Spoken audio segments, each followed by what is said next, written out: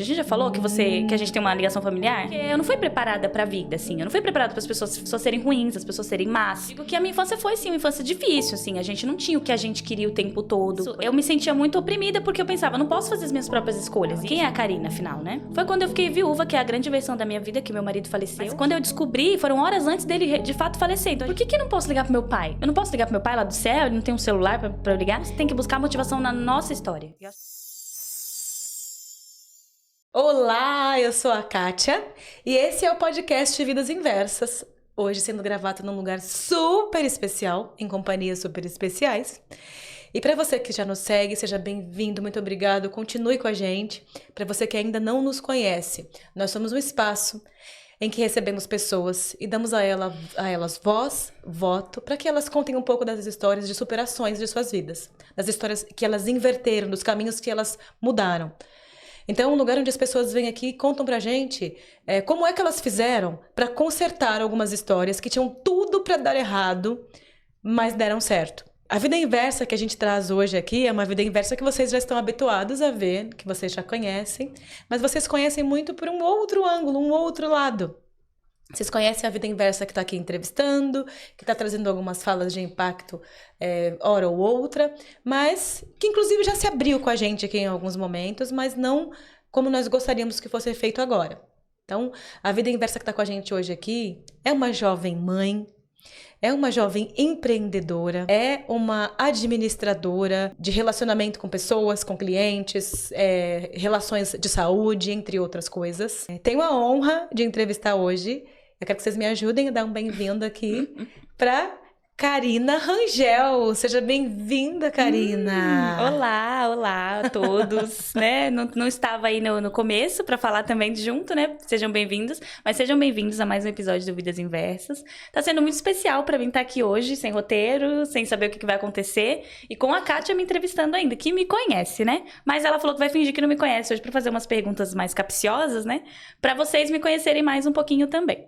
Ali no primeiro episódio a gente falou, eu falei um pouco da minha história, da minha inversão, a Kátia falou também, mas acabou que a gente teve que dividir, né, o episódio, e no final da primeira temporada, eu entrevistei a Kátia, ela falou mais da história dela, que ela é uma escritora, inclusive a gente tá sempre falando sobre isso, sobre os livros dela, né, no final ela fala um pouquinho mais também, que já tem 2, ela já tá se achando já, escritora, já tem 2 livros publicados.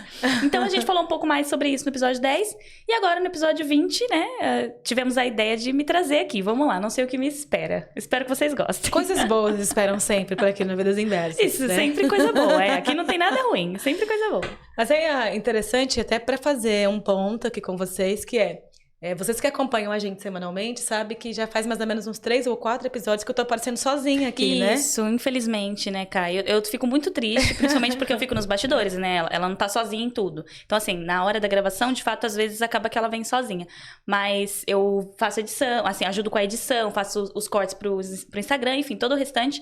E eu fico mal, assim, de assistir e pensar, nossa, eu queria estar lá, eu queria ter entrevistado essa pessoa também, eu queria ter feito tal pergunta, eu queria estar junto com a Ká, né? E as pessoas comentam também. Toda vez que a gente posta, o pessoal fala, por que você não tava? Uma cirurgia, não podia falar, nem conseguia aparecer nos stories pra poder falar com vocês, porque às vezes eu apareço lá, né? A Kátia que não aparece muito, mas eu apareço bastante pra ficar tagarelando lá com vocês nos stories, e eu não conseguia, porque eu fiz uma cirurgia no dente, e gente, assim, as pessoas vão assistir e falar, nossa, mas como assim? Eu tirei um dente e foi super tranquilo. Nada pra mim é super tranquilo, tá? Eu sou uma pessoa extremamente dramática. Mimada.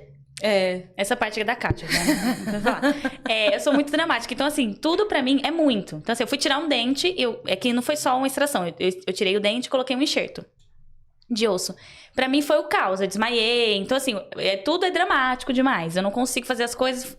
Não vou nem dizer que eu sou fraca, eu acho que é o meu jeito mesmo. Eu já aprendi a reconhecer isso, não acho que quem não passa por isso seja forte e eu fraca.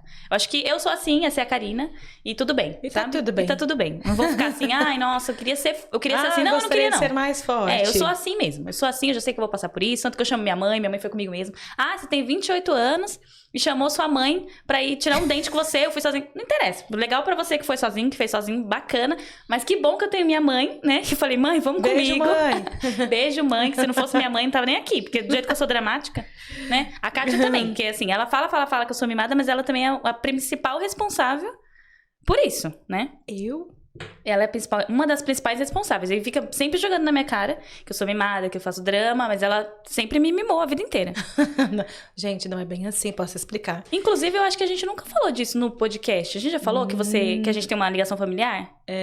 No primeiro episódio, acho que a gente chegou a comentar alguma coisa. Acredito que eu não me lembro, acho que não, viu? Acho que a gente fala assim, que a gente se conhece há muitos anos, mas a gente nunca falou que a gente é tia e sobrinha. Nepotismo, né, aqui no podcast. Em vez de, tipo, chamar outra pessoa pra ser sócia, chamou a sobrinha. Nós temos uma ligação muito forte, né? Acho que eu cheguei a falar assim, que a Karina é minha sobrinha, né? Uhum. Minha sócia, minha sobrinha. Nós dividimos uma criança, brincadeira. Nós dividimos sim. Nós temos uma ligação, acho que espiritual. Acho que é mais do que os laços familiares, né? Esse é um ponto que a gente não vai discutir hoje aqui, mas talvez fique para um tema futuro, que é da questão das ligações familiares, né? Sim. Existem laços maiores. Que bom que a Karina e eu temos um laço além do sanguíneo familiar, um laço espiritual, né? De afetivo. Sim. Que bom que a gente tem isso. Isso não é uma premissa para que se tenha, né? Mas que bom que a gente tem. Então, somos tia, sobrinha. Isso. Então, é por isso que a gente é tão ligada, tão conectada. Não só por isso, como a Kátia estava falando da ligação familiar, mas acho que a gente nunca falou disso. Então, o pessoal que está assistindo a primeira vez, ou que já assiste a gente, acompanha, que não são nossos amigos, porque os nossos amigos que nos acompanham, inclusive um beijo para todos os nossos amigos que estão sempre dando força pra gente. Nos apoiam, sempre. Comentando sobre os podcasts. Eu quero dar um abraço, inclusive, para uma pessoa muito especial, que é o Djanildo. O Djanildo que, assim, eu não esperava né? que ele fosse tão fã do podcast, assim. Ele assiste todos os episódios e tá sempre comentando com a gente, fazendo comentários relevantes, inclusive, sabe? Inclusive, a gente pode colocar aqui, né, um recorte, o William, que é Costa Barros Advocacia. Né? Ele é nosso advogado. Ele é advogado, né? exatamente. Nosso advogado, então... Exato. Fica aí um beijo. Não mexe com a gente não, que a gente tem um advogado. A gente tem um advogado. Qualquer coisa a gente aciona o Djanildo. Então, assim, eu fiquei muito surpresa com ele. Acho que a Carol também é uma amiga nossa que assiste todos os episódios. Esposa da Djanildo. A esposa do Djanildo também, mas tô falando da esposa do Felipe. Da Carol do Felipe. A Carol do Felipe, ela assiste todos mesmo. Caroline, eu vejo que ela sempre posta. Então, sempre assim, um abraço pra ela e pra todo mundo que assiste. Eu lembrei desses dois nomes agora porque são pessoas que estão sempre comentando com a gente. Recorrentemente mandam pra gente alguma coisa, né? Falando assim, quando a gente se encontra, nossa, e o podcast, aquele episódio e tal. Então, isso é muito legal. Acho que dá força pra gente, Incentiva muito a gente continuar. Incentiva. Fora os familiares que os estão virtuais, sempre incentivando. 600 vidas inversas. Ai, sim, que nós temos no Instagram. A gente ficou muito feliz com isso, né, Ká? Nossa, muito. Foi um estouro pra gente, assim. Sim. É um público totalmente orgânico. São pessoas que realmente se interessam pelo nosso conteúdo e não só isso.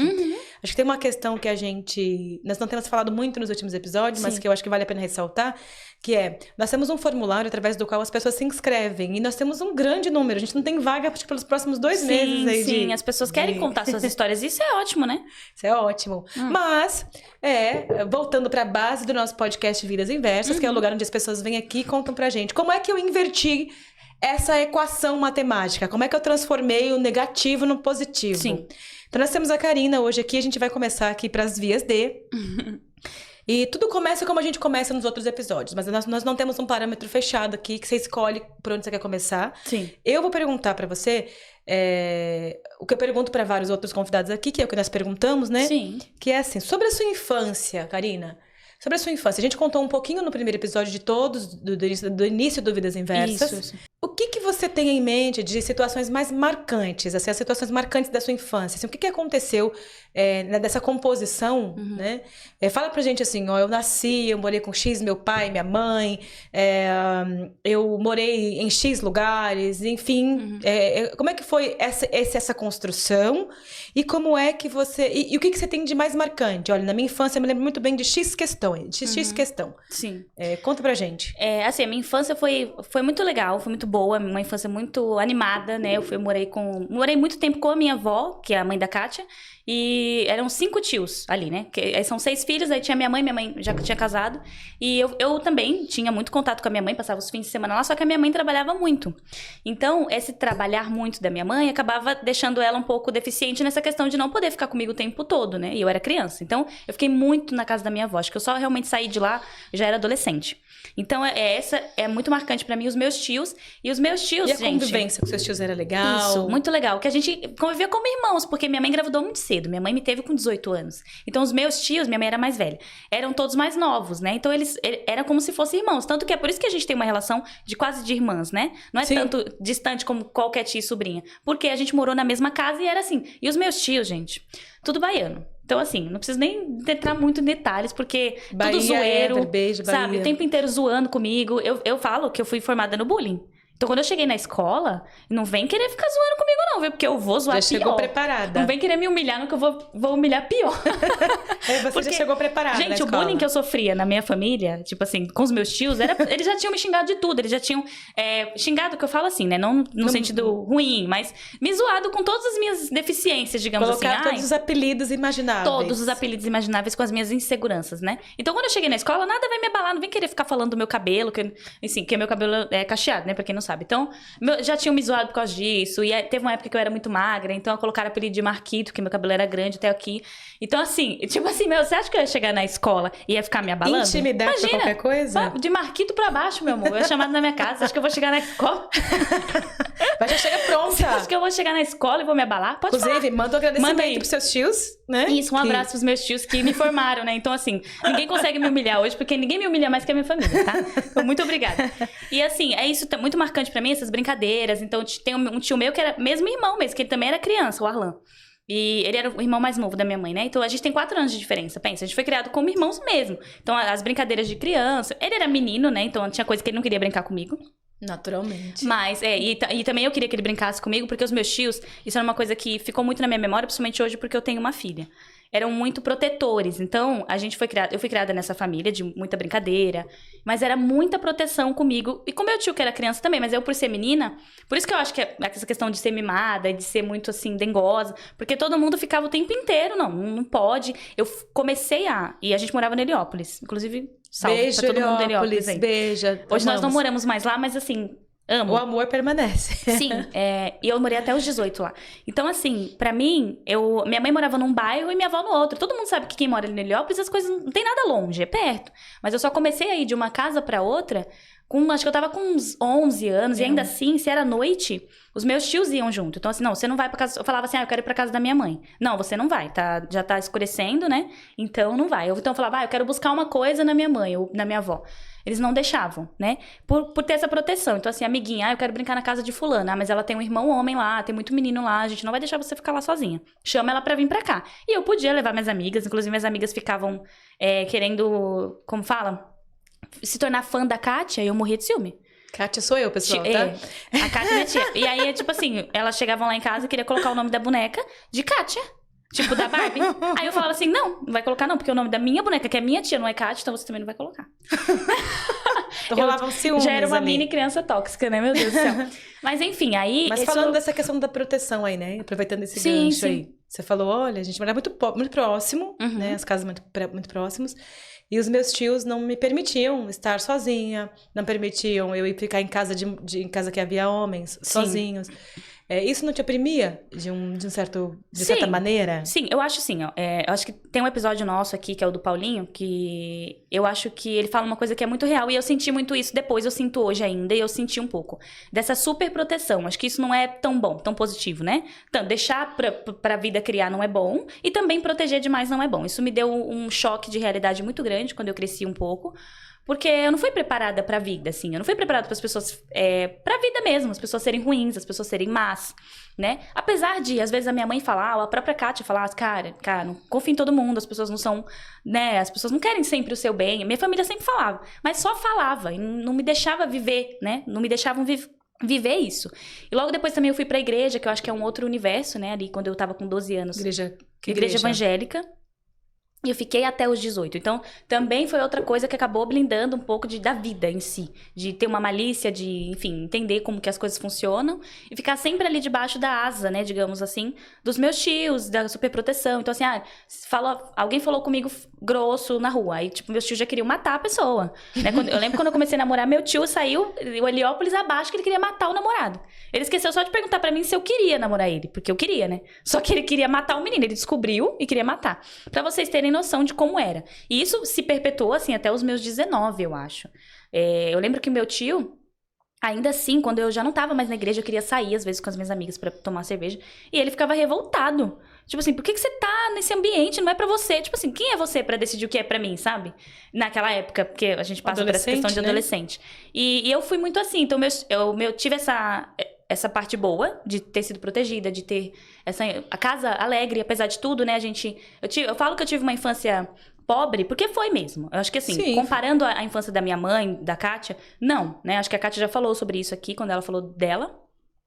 Mas como eu estou aqui para falar de mim, eu digo que a minha infância foi, sim, uma infância difícil, assim. A gente não tinha o que a gente queria o tempo todo. Por exemplo, eu linko hoje com a infância da minha filha, né? Não tinha abundância, Não né? tinha abundância. Então, assim, era uma coisa simples. A gente brinca muito. Tinha momentos que não tinha mistura, tinha arroz e feijão. E aí minha tia, outra tia, que é a outra irmã da Kátia, A Eliane. ela... Pra vocês verem como tudo era muito na alegria. Mesmo naquele Mesma momento. dificuldade. Né? A gente não ficava chorando porque tava comendo só feijão com arroz. Ela brincava, ela falava assim...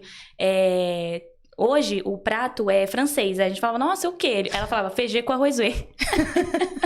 Então, assim, ela envolvia a gente nessa brincadeira. E aí a gente brincava muito. Então, assim, às vezes não tinha arroz. Aí era feijão com macarrão.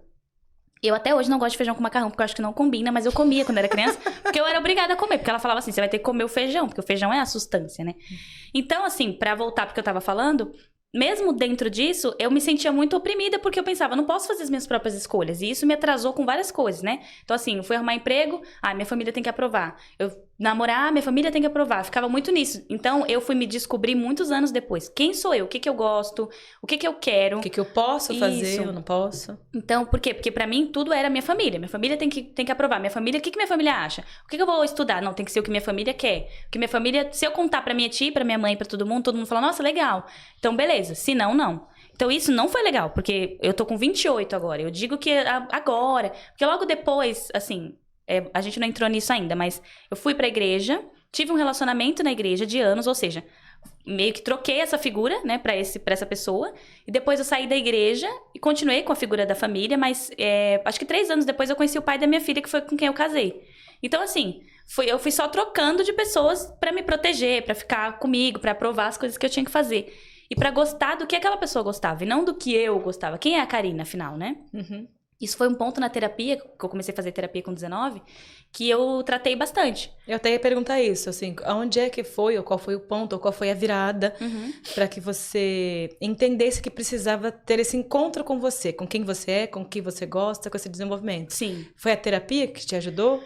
Ajudou, a terapia ajudou um pouco, mas ainda assim, eu estava num relacionamento na época em que eu fazia terapia. E a terapia, gente, não é uma coisa que você fala assim, vai lá fazer terapia, e na primeira sessão, na segunda, você já entendi, né? Já entendi. Eu faço escolhas não por mim, pelos outros. Não, demora muito, né? A psicóloga, às vezes, primeiro que a psicóloga não vai falar pra você o que é, ela vai te induzir a.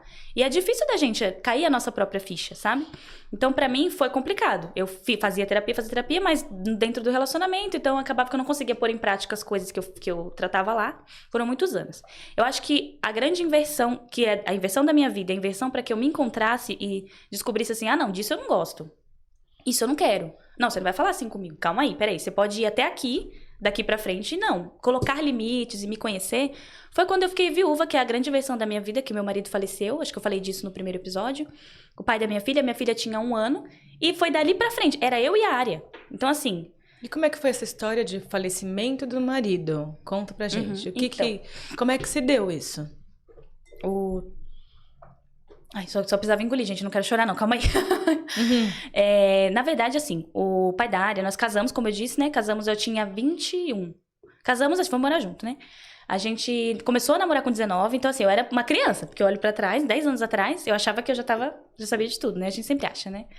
E eu era uma criança, assim, muito... E como eu disse, até aquele momento, sempre super protegida, aí na igreja, fiquei um pouco na igreja, quando eu comecei a conhecer o mundo, assim, de sair, beber, conhecer outras pessoas... Conheci o pai da minha filha e a gente, logo, uma paixão avassaladora, né? Fomos morar juntos, eu tinha 21. E foi, assim, foi bem complicado no começo. A gente discutia bastante, brigava, porque ele também nunca tinha morado com ninguém, etc e tal. E logo depois, eu acho que a gente não tinha 1 ano de casado ainda, quando eu engravidei da Área, né? Então, a gente foi tudo muito rápido e tudo mais, e ele descobriu um câncer. Que foi uma coisa que ele descobriu e não deu nem tempo de tratar ou da gente... De vivenciar. Aquilo, de saber, moço, puxa, tá com câncer, o que a gente vai fazer agora? Não deu tempo, porque ele descobriu, ele foi internado, ficou 5 dias internado e no 5º dia ele faleceu. Foi muito rápido, tanto que eu não sabia, porque ele não tinha ainda me contado que tava com câncer. Ele pediu pra mãe dele esperar um pouco Eu não sei, acho que ele ficou Pra com ele medo, mesmo ele tava... se Isso. adaptar com a ideia, talvez, né? Sim, eu acho que ele tava com medo, né? Uhum. Claro, óbvio, a pessoa se vê diante de uma situação dessa, obviamente ele deve ter ficado com medo. Mas ele também era muito fechado pra ele, não se abria tanto, acho que ele ficou meio assim, como que eu vou falar isso pra minha esposa com a minha filha de 10 meses, de 1 ano, na verdade. Minha filha tinha 1 ano e 2 meses, eu acho. Então, eu acho que ele se viu nessa situação, é o que eu penso hoje. Por isso que não me contou. Mas quando eu descobri, foram horas antes dele de fato falecer, então a gente nem conversou. Aí eu me vi numa situação onde eu falei, meu Deus, e agora? Eu não... O que eu vou fazer? Ninguém Porque tá preparado pra esse tipo de Isso. momento, né? Ninguém tá preparado. Acho que se eu tivesse descoberto 1 ano antes, no dia do falecimento ia ser o mesmo e agora. Apesar de tudo, acho que no começo, no primeiro episódio também falei disso, eu tive uma família, tanto a minha família quanto a família dele, que, nossa, me acolheu muito, eu e a Área, no sentido assim, a gente tá aqui, né? Pra o que der, pro que for, pro que vai acontecer. Mas tem coisas na nossa vida que a gente tem que passar sozinho. Tem situações, momentos que a gente passa só, mesmo com várias pessoas ao redor. Por quê? Porque é essa questão de eu me encontrar. Eu precisava passar por aquilo, porque eu precisava entender que eu conseguia passar por aquilo sozinha. Quando você fala sozinha, você tá falando sozinha no aspecto tangível, no espaço? Ou você fala sozinha consigo mesmo, com as suas próprias emoções? Comigo mesma, isso, comigo mesma. Então, assim, eu percebia muito que a minha mãe, ela queria, e Te eu blindar, entendo, né? porque eu sou mãe, então eu penso, depois eu fiquei pensando nisso, na época eu não pensei muito, mas depois eu fiquei pensando, imagina eu ver minha filha na situação que minha mãe me viu naquela época, né, de ter que me dar a notícia, porque minha mãe que me deu essa notícia, péssima, e me ver naquele jeito, acho que assim, deve ter sido horrível pra minha mãe, acho que deve ter sido mesma que Tão mastigar difícil vidro. pra ela dar a notícia quanto pra você receber. Né? Isso, e ficar comigo naqueles dias, porque eu fiquei na casa dela nos primeiros dias, ela não conseguia, minha mãe, ela entrava em parafuso quando ela me via chorando. Muito, sabe? Quando ela me via num canto, assim, que eu tava chorando muito, ou que eu tava mal, enfim, passando mal, ela ficava muito mal, muito E sua mal. filha tinha que idade? Ela tinha 1 ano e 2 meses. Ela tava começando a falar, assim. Ela... Até hoje tem as questões dela que ela vai tratar, eu acredito, né? Porque ela vai sempre sentir falta do pai, porque a gente fala sempre dele, ela parece muito com ele, né? E ele é muito presente, né? Tem foto, Sim, tem tudo. fotos. Ele era um cara muito amigável, então todo mundo gosta muito dele, né? Gostava muito dele. Então todo mundo fala dele. Tem amigos dele que às vezes mandam mensagem, pergunta e tudo mais. Então ele é muito presente. Eu acredito que ela vai ter as questões de tratar quando ela crescer. No momento certo, né? Atualmente ela pergunta, né? Às vezes ela deu uns lapsos, a Kátia sabe, porque a gente tem uma convivência muito próxima, inclusive a gente mora quase que na mesma casa. É. A gente mora, não basta ser próxima, né, emocionalmente, a gente também é próxima fisicamente. Então ela fala, às vezes, mãe, meu pai, queria que meu pai estivesse aqui.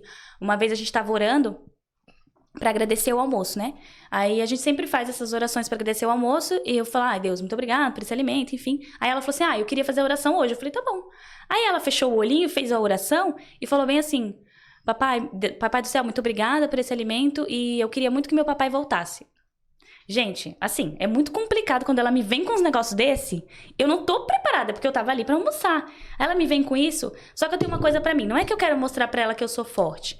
Mas todas as vezes que ela fala do pai, eu tento dar uma segurada pra não desabar, sabe? Porque eu penso, senão ela nunca vai se sentir segura de ser vulnerável perto de mim com relação a esse assunto. Porque ela vai pensar assim, toda vez que eu vou falar do meu pai, minha mãe chora, eu não vou falar com a minha mãe. E ela vai falar com quem? Tipo, vou preservar a minha mãe, né? Isso, eu não quero, jamais. Não, é uma responsabilidade muito grande pra uma criança de 5 anos. Isso, então eu não quero essa responsabilidade na minha filha. Eu sou adulta, né? Eu consigo lidar com as minhas emoções melhor. Então, eu choro muito, mas depois, na hora, eu falo, filha, tá bom. Eu também queria que seu pai estivesse aqui. Eu concordo, eu valido, né, as emoções dela. Eu falo, não, eu também queria que o papai estivesse aqui, enfim e tal. Aí, às vezes, ela tem uns lapsos de, porque meu pai... Por exemplo, ela linkou uma vez, ela tinha 4 anos. A gente liga pras pessoas de vídeo, né? Então a gente é muito presente, a nossa família. Então eu tenho sempre ligando pra minha mãe. A Kátia não precisa porque tá lá o tempo todo. Se quiser ver Mesmo a gente, assim, é só a gente liga. dá um grito, mas mesmo assim, às vezes a gente liga. Gente, o pessoal vai assistir e falar, meu Deus, você é doente, essas duas. Mas enfim, a gente liga muito e tal, pros avós dela paternos também. Então ela falou assim, mãe, por que eu não posso ligar pro meu pai? Que a gente fala que ele mora no céu, né? Eu não posso ligar pro meu pai lá do céu, ele não tem um celular pra eu ligar. Então, assim, coisas de criança, da mente dela de criança, que ela começa a linkar. Então, você vê que existe ali uma falta, né? E aí eu valido, assim, na hora. Eu falo, filha, seria muito bom, né? Uma falta é uma articulação, né? Ela articulou. Sim, ela só tem 5 anos. Se ele mora em algum Isso. lugar, não é possível que não tenha uma conexão lá, né? Era dessa forma. E quando ela foi... Porque eu comecei falando isso, quando ela era pequena. O papai mora no céu. Cadê o papai? Tá no céu, ele mora lá no céu. Aí uma vez ela falou, não, eu também quero morar lá com ele. Por que a gente não pode ir lá? Aí eu expliquei tudo pra ela. Aí passou essa fase. Então ela foi, sabe, construindo melhor os argumentos dela Foram com relação a esse assunto. né? Isso, aí depois, do negócio do telefone. Aí agora ela já entendeu que o pai dela morreu. Ela sabe já. Ela conseguiu já compreender isso, que ele não vai voltar, não tem como. Só que aí o que ela faz? Ela lamenta. Então às vezes ela fala, eu queria que meu pai estivesse aqui. Às vezes tá, sei lá, se divertindo muito, ou fazendo alguma coisa, ela dá risada, fala assim, nossa mãe, seria mó bom se o papai estivesse aqui, né? E aí eu valido, falo, é mesmo, seria mesmo, porque seu pai, ele gostava disso e disso. E eu falo, porque é um assunto que tem que ser aberto, Com sabe? certeza. Na nossa casa. Aconteceu, né? É o que a gente fala da inversão. Aconteceu, foi péssimo, foi horrível. Você não escolheu esse momento, né? Não mesmo. A vida te colocou e falou, resolve. Isso. E aí eu tive... Ou seja, foi como se tivesse tirado tudo o meu chão. Porque eu até falei disso no primeiro. A gente faz planos com uma pessoa. Quando você casa, quando você tem... Principalmente quando você... Porque a área não foi um acidente. A área, a gente quis ter a área, né? Eu tinha acabado de ser promovida no trabalho. Nós já estávamos morando na nossa casa. Ou seja, não seria um problema ter um filho para ter um lugar para ele ficar, uma casa, um teto. Então, a gente decidiu, a gente sentou e falou, vamos ter um filho agora, né? Porque eu falei, eu tô jovem, né? Enfim, eu tinha 22 anos, 23 quando a Arya nasceu. Ele também, então vamos agora e tal. E aí a gente teve, então foi uma decisão. Ninguém decide ter um filho com alguém que você acha que você vai separar mês que vem. Muito menos que você vai ficar viúva. Então, por isso que eu falo, é a grande inversão da minha vida, porque foi muito difícil. Foi assim, às vezes eu olho, eu até queria falar sobre isso, porque às vezes a gente fica buscando, eu quero me motivar, vou entrar no Instagram, vou ver frases, vou assistir um filme. É muito bom também, mas eu acho que a grande motivação nossa é quando a gente olha pra nossa história, porque a gente passou. Acho que todo mundo, independente se nós aqui que viemos no podcast, ou você que tá na sua casa, quando você passar por uma situação assim, eu queria ser motivado hoje, eu tô zero motivação, eu tô desanimado, eu quero desistir, olha para as coisas que você já passou, sabe? Aquelas noites assim que você olhou e falou, eu não vou conseguir, amanhã não dá pra mim. E aí amanhã você tava lá, no seu trabalho, você tava lá cuidando dos seus filhos, principalmente a gente que é mãe, né? Então assim, em diversos momentos eu fui dormir, falava assim, gente, amanhã pra mim não dá. Não vou conseguir, eu vou dar um jeito de pedir pra alguém cuidar dessa menina, que eu não vou conseguir cuidar dela. E aí no outro dia tava lá eu, fazendo café da manhã pra ela, trabalhando. Então, eu acho que a gente tem que buscar motivação na nossa história. Eu acho que é a melhor forma de se motivar, assim. Você sabe que você tocou num ponto muito interessante, muito importante mesmo, né? Que tem tudo a ver com o que a gente tem gravado aqui. Sim. A gente gravou, acho que essa última temporada, umas 10, 12 pessoas. Uhum. E por mais que as histórias sejam absurdamente diferentes, esse ponto de convergência é sempre o mesmo, né? Sim. Que por exemplo, você falou do Paulo, né? Aqui no episódio passado, anterior, que ele fala sobre encontrar a força dentro dele mesmo. Uhum, assim, ele olhou, e olha, não foi por falta de esforço, não. Ele procurou medicina medicamentosa, ele procurou a medicina terapêutica, ele procurou várias religiões, ele foi fazer ação social. E significa que ele largou tudo isso quando ele se encontrou? Não. Mas ele olhou dentro dele, isso é bem interessante mesmo, porque eu acho que eu nunca tinha, talvez, externalizado, mas que eu concordo muito que Sim. Todas as vezes que vem uma situação muito ruim, que eu falo, cara, não dá. Aqui, realmente, é a pior fase. Aí você olha e fala, não, olha, você, por exemplo, né? Não é que o que vem agora, depois do luto, porque a vida não te dá spoiler do que vem por aí, né? Não mesmo. Não mesmo. Não dá spoiler. Então, você fala assim, olha, até agora, a minha maior necessidade de inversão, porque a vida do pobre CLT, do trabalhador brasileiro, é uma vida de inversão do nascimento até a morte, né? O cara não já nasceu invertendo. Tem que nascer invertendo. Já dá, né? De novo, vamos voltar aqui pro primeiro episódio, que é na corrida dos vitoriosos da vida, a gente não nasce nela. Não, nem tá lá. A gente não tá lá. Depois, para nós, tudo é mais difícil. Tudo é mais complicado, né? As portas, para se abrirem, a gente precisa dar um pontapé de vez em quando. Sim. Então, você já vai tendo essa necessidade de inversão. Então, quando você chega nessa situação que você chegou aí, provavelmente você precisou sentar um dia, eu digo sentar na sua mente mesmo, Sim. né? E falar assim, e agora, José? Né? E aí, nesse ponto que eu te pergunto, qual foi a situação mais difícil que você precisou inverter nesse cenário de tudo que envolve o luto? O luto, por si só, que é a perda de um ente querido, que não vai mais voltar, pelo menos nesta vida não. Você passa por um período de aceitação, por vários períodos. A notícia A convivência com a notícia. A aceitação, que eu acho que é a fase que leva mais tempo. Sim. Eu acho, não sei, né? Mais tempo. E depois que você aceitou a situação, que aí você vai lutar pro próximo período é pra sempre. Né? Que é você continuar lutando. Dentro desse emaranhado de emoções que você viveu, qual foi o momento mais difícil, mais desafiador, assim, que você falou assim, realmente deu pra mim? Nossa, foram algumas noites. Noites intermináveis. Eu tenho essa piada interna com a minha mãe, que é um louvor, que fala, foram noites intermináveis, eu só chorava. E é minha vida, gente. Ela fala que essa música é minha. Porque assim, igual eu falei no começo, eu sou um pouco dramática. É claro que isso não é ser dramático, né? Você passar por uma situação dessa. Obviamente você vai chorar. Só que eu já sou assim, eu já choro por qualquer coisa, assim, né? Qualquer coisa não, mas eu sou bem de... Não fico segurando muito, não. Emocional, tudo bem. Se eu quiser segurar, eu seguro. Mas eu não... Às vezes eu fico pensando assim, pra quê também? Ficar segurando? Não vou segurar, não. Vou chorar também. Aí eu tô lá lavando louça, chorando, trabalhando chorando, em casa, no home office. Qualquer coisa, eu choro. Quem me conhece, às vezes, pensa que não, porque eu sou muito brincalhona, sou muito forte, né? Eu lembro que, na época, inclusive, as pessoas falavam muito isso, comentavam, né? Às vezes eu postava uma foto com a Ari, eu me encontrava, nossa, como você é forte, como você é forte. E eu pensando assim, quando eu chegava em casa, gente, não sou não, na verdade, né? Eu senti até uma farsa, porque eu falava assim, não, na verdade, essa noite, por exemplo, eu nem dormi, porque eu fiquei chorando. Só que, o que eu ia fazer, né? Qual era a outra opção que eu tinha? Igual a inversão. Quando a vida te dá essa invertida, você não tem muita opção. É ou você se entrega, né? E se mata e acabou a vida ali, acabou o jogo pra você. Ou você tem que inverter. Não tem o que fazer. Eu não tinha o que fazer. Não tinha como eu reviver meu marido. Não era um filme, não era né? Era uma situação que eu tinha que viver. Como você disse, o luto, ele tem muitas fases. Eu acho que o luto, ele é uma das coisas mais difíceis que eu acho que o ser humano tem que passar. Porque... eu já vi vários vídeos sobre luto, várias visões diferentes, e as pessoas sempre falam assim, o que morre, muitas vezes, é quem você era pra outra pessoa. Então, a outra pessoa morreu também, só que a minha versão que eu era com o pai dela, morreu. Porque nunca mais eu vou ser aquela pessoa, aquela Karina que eu era com ele, morreu, porque eu só era com ele. Nós temos muitas facetas, né? Você tem a Kátia com o Andrei, você que é seu marido. Eu tenho a Karina com a Ária. Só que a partir do momento que você não tem aquela pessoa mais, aquela pessoa que você era com ela também não existe. Então, o luto que você passa também é disso. E ouvi o Carpinejar falando, inclusive amo ele, falando sobre como o luto é uma panela de pressão. E tem que sair a pressão. Então, você tem que esperar mesmo.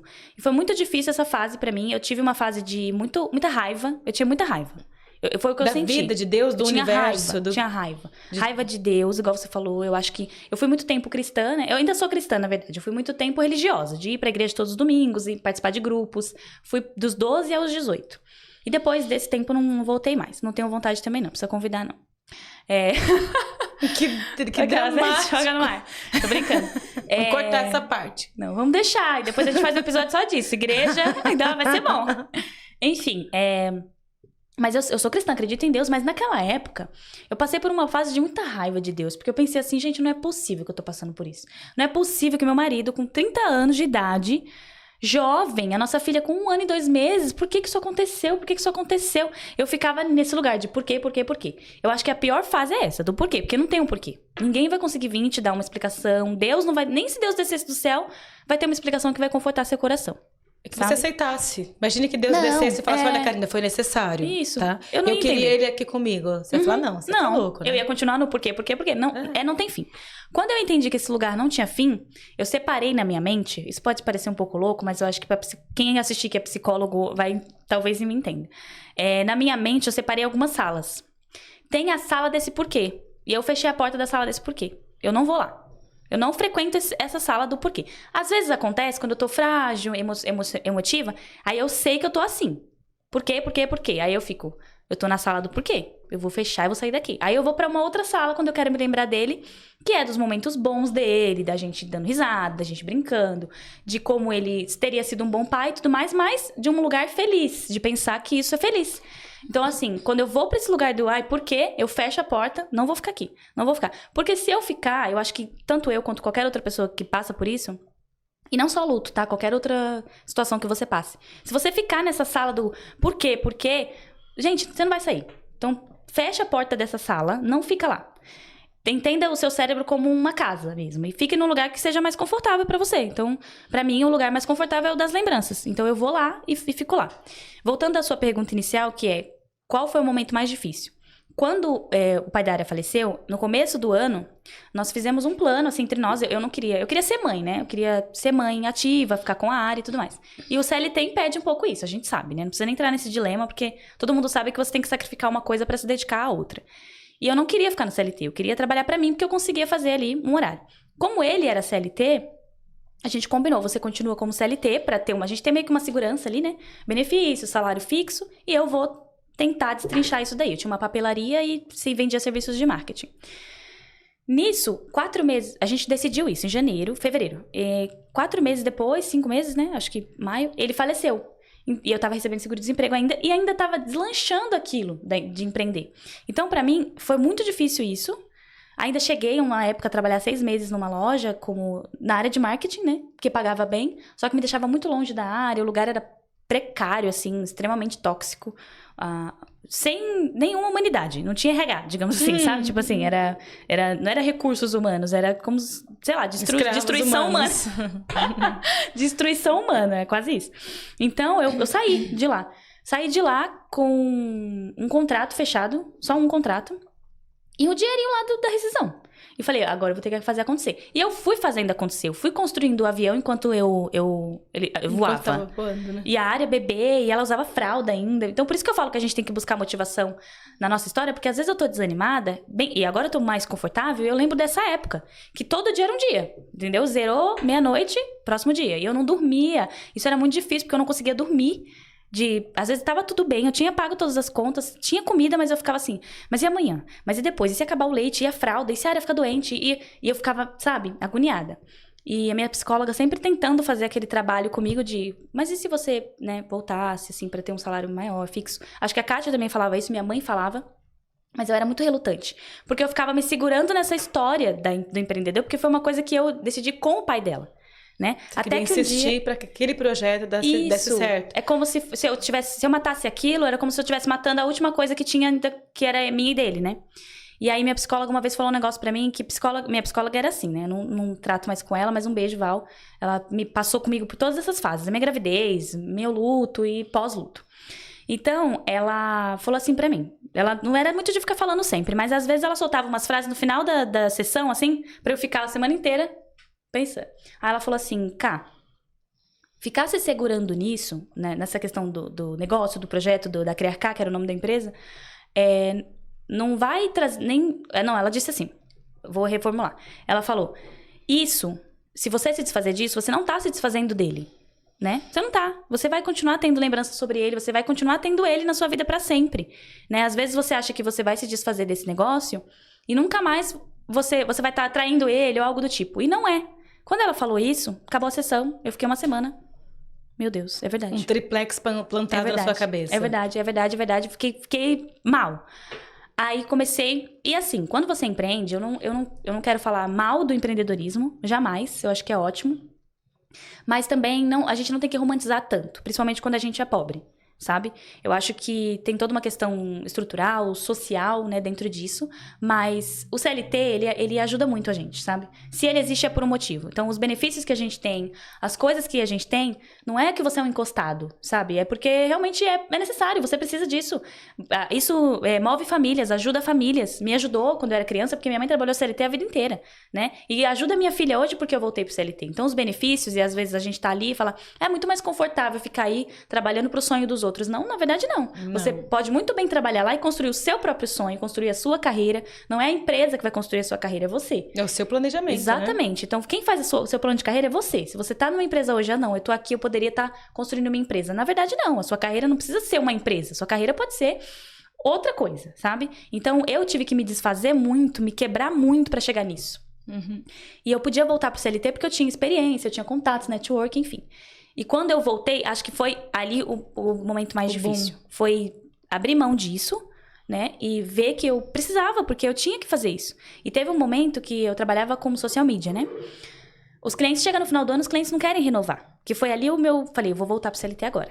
E os clientes pararam de renovar. E parece que tem uma época na nossa vida que tudo acontece, né? Eu morava sozinha com a Área, mas como eu disse, nós sempre tivemos muito amparo familiar, né? Nunca vou dizer que eu e a Área vamos dormir com fome porque a gente passou fome. Não existe. Porque quando apertava um pouco mais o calo, eu sabia que eu tinha alguém, né? Eu não vivia pedindo. Eu acho que isso é uma coisa que minha família pode dizer até hoje. eu não vivo o tempo inteiro, eu preciso disso, preciso disso, preciso disso. Mas se o calo apertar, eu sei, graças a Deus que eu tenho, a quem recorrer. Falar, nossa, não tenho o que fazer esse mês. E naquela época foi isso. Então, eu lembro que meu micro-ondas parou de funcionar, pifou, e a área tomava mamadeira ainda, né? Só que ainda tinha o fogão pra esquentar a água e fazer a mamadeira. Aí o gás acabou na semana seguinte. Gente, assim, ali foi pra mim... E eu não tinha dinheiro, porque os clientes tinham parado. E assim, gente, eu não vou falar que eu sou a guru financeira. Eu não fazia tanto planejamento financeiro pra ter um dinheiro ali. Eu tinha um dinheiro, mas não era o dinheiro que talvez eu podia consertar um micro-ondas e tal. Aí que bateu a água na bunda, assim. Eu pensei, eu vou voltar porque eu acho que é um pouco mais seguro pra mim. Porque, por exemplo, pelo menos a alimentação eu vou ter ali o VA, o VR, VA. Os benefícios em si, sabe? Seguro, né? Então, eu teria assistência médica, odontológica pra mim, pra minha filha. E etc e tal. Então eu falei, eu vou voltar. Aí essa decisão foi mais ou menos assim, acho que eu perdi o apetite por um mês. Porque eu sou assim, se acontecer qualquer coisa eu não como mais. Aí acho que eu perdi o apetite por um mês pra, de fato, montar o currículo de novo. Falar, nossa, pra mim eu tava regredindo. Sabe? Eu tava sendo fraca, eu tava, nossa, olha, se eu começou e não conseguiu. Mas hoje não, hoje eu consigo olhar pra trás e pensar assim, na verdade eu fui muito forte. De ter passado por isso e de ter conseguido pegar e falar, não, eu vou voltar sim, porque eu vou criar minha filha assim. E hoje eu olho pra trás e eu tô bem. Na minha carreira, eu consegui construir uma coisa legal e tô construindo ainda, acho que a gente segue construindo, né? Não é, nunca a gente finalizou. Acho que finaliza quando você morre mesmo, né? Quando fecha o caixão ali, acabou. Mas até então eu tô construindo uma coisa muito bacana. E minha filha tem uma vida confortável. E eu não preciso ficar mais que nem quando eu ficava, sabe? Antes, será que a gente vai comer amanhã? Angustiada, estressada, não, né? Então assim, eu tenho uma segurança. Não, chegar ao final do mês, tal dia, meu salário vai estar lá. Entendeu? É isso. Você colocou esse ponto que é bem interessante, que é sobre... às vezes a gente reclama ou questiona a vida por alguma coisa que a gente perdeu, que se foi, que passou, um plano que não deu certo. E às vezes a melhor coisa que podia acontecer era um plano não dar certo, pra dar muito certo, que vem depois. Exato. Que é a questão de... Durante toda a nossa vida, desde a infância, a gente vai testando um monte de planos, objetivos, estratégias e sonhos. A própria vida que você constrói vai fazendo dessa próxima etapa, na próxima temporada da sua vida, você mudar de ideia. Né? Então, uma das melhores estratégias na vida, e a gente só descobre quando a gente precisa fazer isso, é mudar de estratégia. Sim. Né? É mudar de estratégia. Tipo, a minha estratégia era ter uma vida confortável no marketing, com a minha papelaria, nós construirmos, de repente, uma grande empresa nesse sentido e vivemos confortáveis e com mais tempo para criar nossa filha. Mas aí, quando a vida te obrigou a inverter, você não pediu isso. Então, existem algumas inversões que a gente se dá. Por exemplo, você escolheu inverter a sua história de empreendedora para uma profissional CLT, para voltar para cá. Foi a escolha sua, você inverteu esse jogo aqui. Só que quando você ficou viúva, você não pediu isso. Não. Né? Acho que ninguém pediria uma coisa dessa.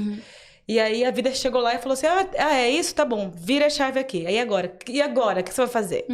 E é nessa hora aí, você tem que mudar a estratégia que você tinha, que é deixar de ser a Karina que era do Will, para ser a Karina da Karina e da área agora. Da Karina, isso. Você... isso aí, a vida não te dá escolha. Você tem que fazer isso. Aí nessa hora aí, que é a hora que todos nós temos essa tamanha dificuldade de falar assim...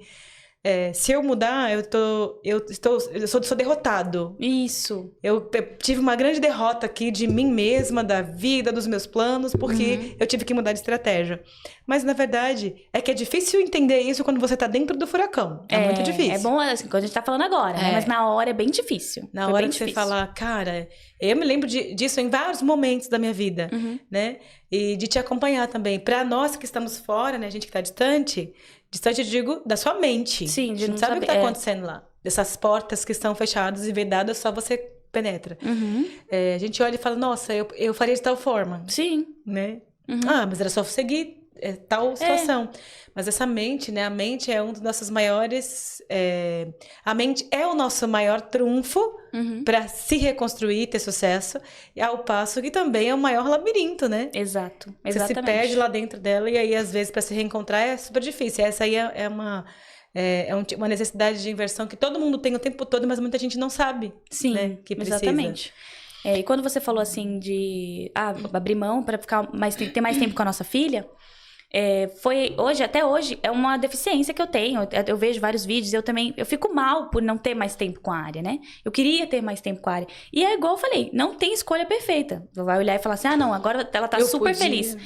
Não é que eu não tô infeliz, mas tem a questão de ter falta, sim. Eu acho que a gente fala muito disso, não, mas tem como, sim, fazer tudo e tudo mais. Quando a gente é mãe, você não é só fazer um monte de coisa. Mas é só levar seu filho. Mas você precisa ser presente pro seu filho. Ele sente que você não tá presente, que você não tá prestando atenção. Então, assim, às vezes eu chego em casa e falo, quando eu chegar hoje eu vou estudar.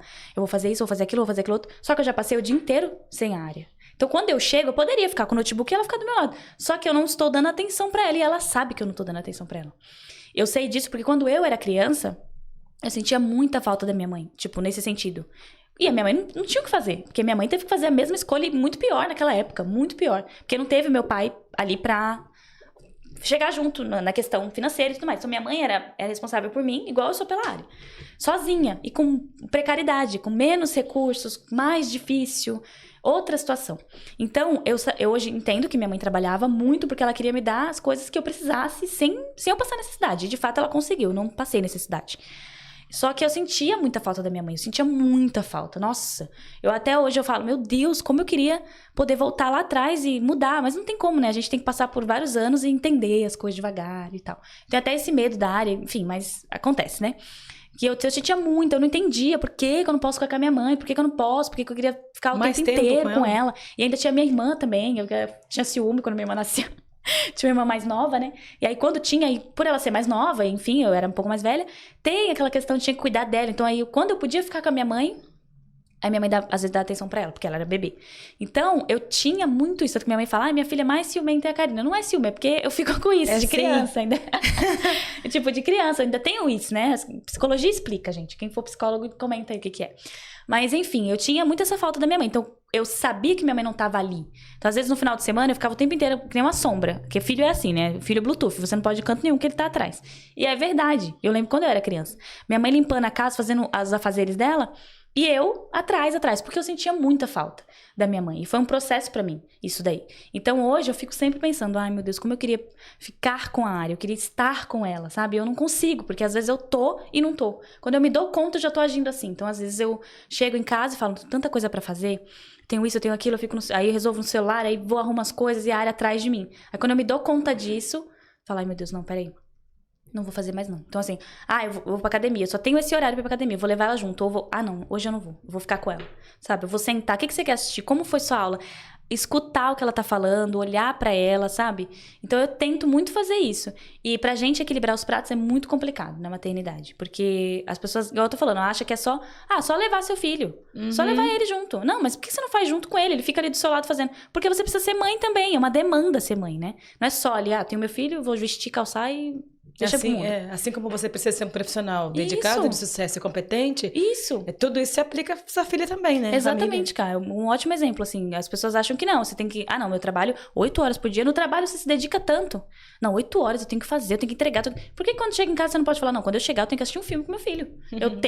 Eu me comprometi com ele que a gente vai assistir tal filme hoje.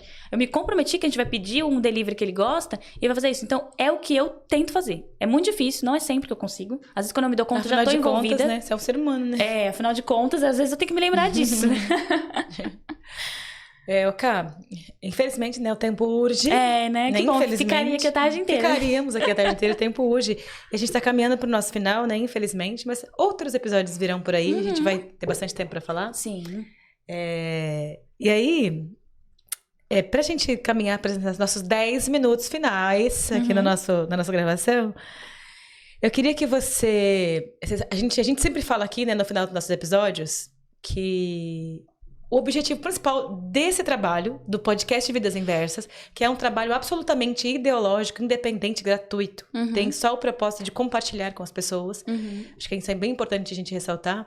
E qual que é o nosso... Quando a gente pensou no Vidas Inversas, o que a gente queria? A gente gostaria, a gente quer que as pessoas que estão assistindo a gente, que nos ouvindo no Spotify, em outro canal, que elas possam ouvir as nossas histórias, as nossas, das pessoas que vêm aqui, e elas se inspirem, que elas olhem para o seu momento de inversão e pensem assim, nossa, eu tô nesse lugar agora, e eu posso sair, porque ela saiu.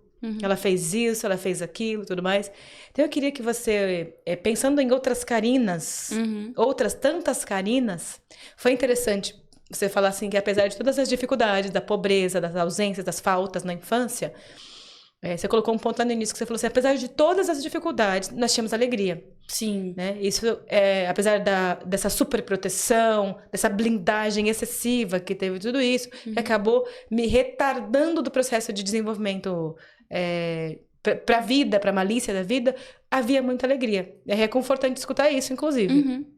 Muito reconfortante. E aí, a gente sabe que tem um montão de crianças hoje que passaram por isso, passarão. Existem um monte de crianças nesse lugar da área, nesse lugar da ausência paternal por um extremo, não por uma opção do pai. E outras, muitas Karinas que estão passando agora, ou que virão a passar uma situação como essa, que é a vida, por algum motivo, levou né, esse ente querido e tudo mais. E essas pessoas vão precisar passar por esse momento do luto, vão precisar se refazer, vão precisar encontrar forças onde elas jamais imaginaram que teria. E eu queria que você deixasse uma mensagem, né? O que essas pessoas podem escutar agora de que a Karina fez, o que a Karina está fazendo, como é que a Karina lida com isso hoje, quais são os impactos e como que essas pessoas podem conviver melhor com essas situações. Fala um pouco pra gente. Olha, é bem complicado, né? Principalmente porque eu sou uma pessoa... Eu tenho opiniões um pouco impopulares, às vezes, eu acho, mas eu desacredito um pouco de conselhos. Porém, eu acho que as pessoas, às vezes, podem usar situações pra se motivar. Então, é isso. Como você falou, né? Existe alguém que tá passando por essa situação. Uma coisa que me ajudou muito foi, na época, era muito pesado pra mim pensar, eu sou pai e mãe da área. Nossa, agora eu sou pai e mãe da área. E agora, como é que eu vou fazer? Meu Deus, eu não vou conseguir. E isso me travou muito tempo, pelos primeiros dias, porque ainda bem que eu tive esse lugar de reconforto, que foi lá na casa da minha mãe, depois também na casa dos pais do meu marido, que nós somos próximos, então eu fiquei um tempo lá também. E até na casa da Kátia, do marido dela, que eu até comecei a frequentar mais quando aconteceu isso. E era um lugar onde eu podia dar essa pausa, respirar, porque tinha muita gente pra cuidar da área, porque a área, meu Deus do céu, é muito amada, né? Inclusive, a Kátia é madrinha dela. Então, eu ficava mais reconfortante, assim, nesse lugar, pra poder pensar, pra poder recarregar as energias e voltar pra minha rotina, que era eu e a área, o tempo todo. Porque eu sempre morei só nós duas, acho que eu não falei disso ao longo do episódio. Porém, era muito pesado pra mim pensar, eu sou pai e mãe dela, eu tenho que fazer os dois papéis. E não sei o quê, isso me endurecia, isso me deixava, sabe... E aí eu pensei, eu não quero ser essa pessoa, não quero ser essa mãe pra ela. Assim, essa mãe dura, sem sentimento, que não tem alegria. Na minha infância eu tive tanta alegria, eu acho que isso é tão importante pra criança. Eu quero passar isso pra ela. E se eu ficar com isso, eu não vou conseguir, porque eu vou ficar tão séria. Que eu não vou conseguir. Vou me dar conta de ser uma mãe, aquela mãe séria, que não... Aí minha filha vai pensar, nossa, como eu queria que minha mãe fosse assim, mais alegre, mais pra frente, resolvida. E minha mãe não é. E aí eu pensava muito isso. Então, assim, mães... E isso se aplica pra... Se você ficou viúva ou se você se separou. Se o pai, sei lá, né? Como tantos pais no mundo, simplesmente foi comprar cigarro. Eu acho que, assim, não pense isso. Você não é mãe e pai do seu filho. Eu hoje penso assim. Eu sou uma mãe muito legal pra área. Uma mãe muito foda. Mas eu sou só a mãe dela. Infelizmente, aconteceu o que aconteceu com o pai dela. Eu não queria que tivesse acontecido, mas aconteceu. E ele não tá mais aqui. E ela vai sentir essa falta do pai. É isso. Né?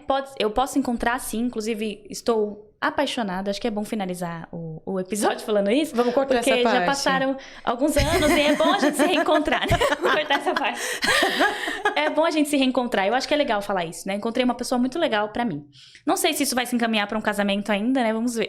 Espero que sim.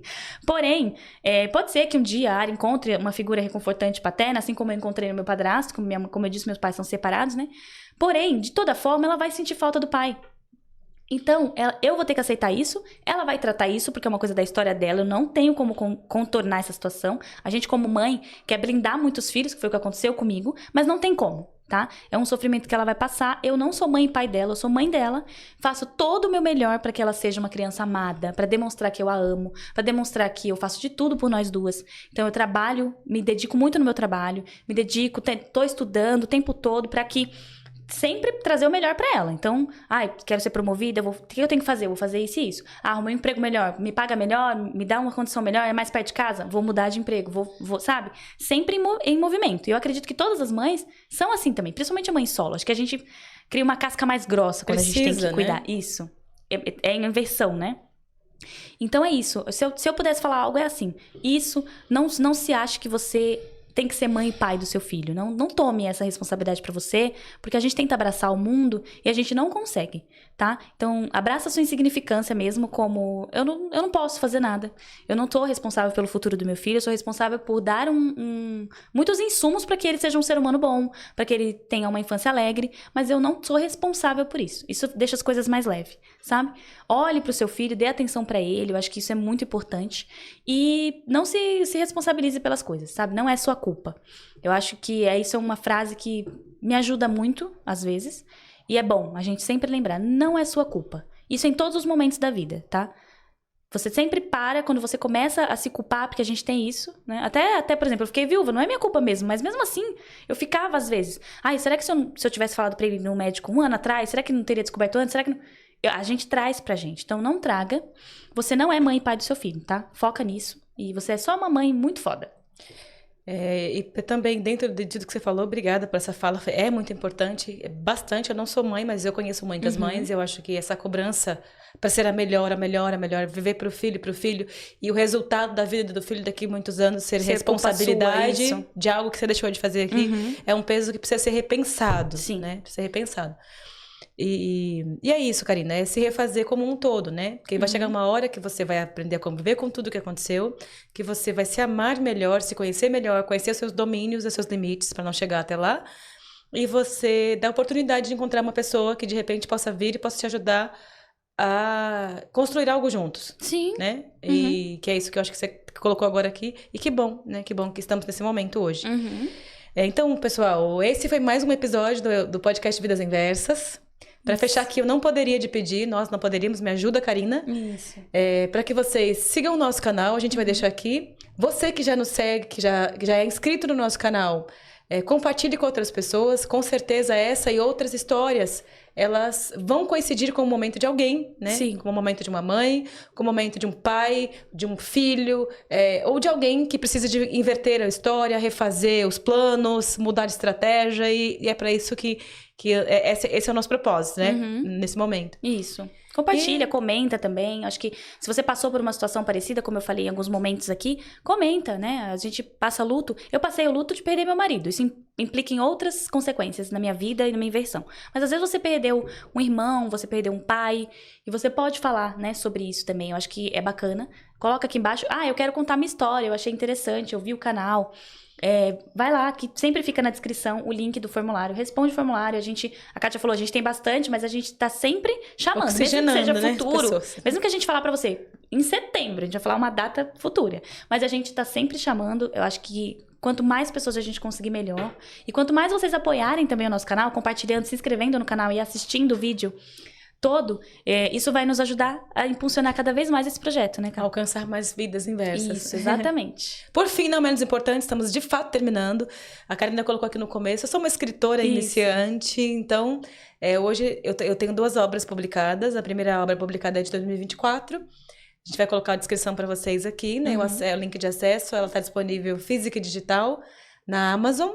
E o segundo livro lancei esse ano, 2025, em maio, tá? Chama... Herança de Cicatrizes. Esqueci o nome do meu próprio livro. São muitas informações, pessoal. Me dá um desconto. Também está disponível físico e digital na Amazon, tá bom? Vem novidade por aí de livros. A gente não vai falar agora, a gente quer deixar o suspense. Vem novidade por aí, vem novidade. 2025, 2026. A gente não para nunca, tá sempre alguma coisa nova. A gente sempre é assim, a gente é atazanada, gente. Tá sempre atazanando. A Kátia e eu, a gente tá sempre atazanando uma outra. Sempre planejando. E é isso, gente. Muito obrigada, obrigada, um beijo. gente. E até a próxima. Beijo, tchau, tchau. Tchau, tchau.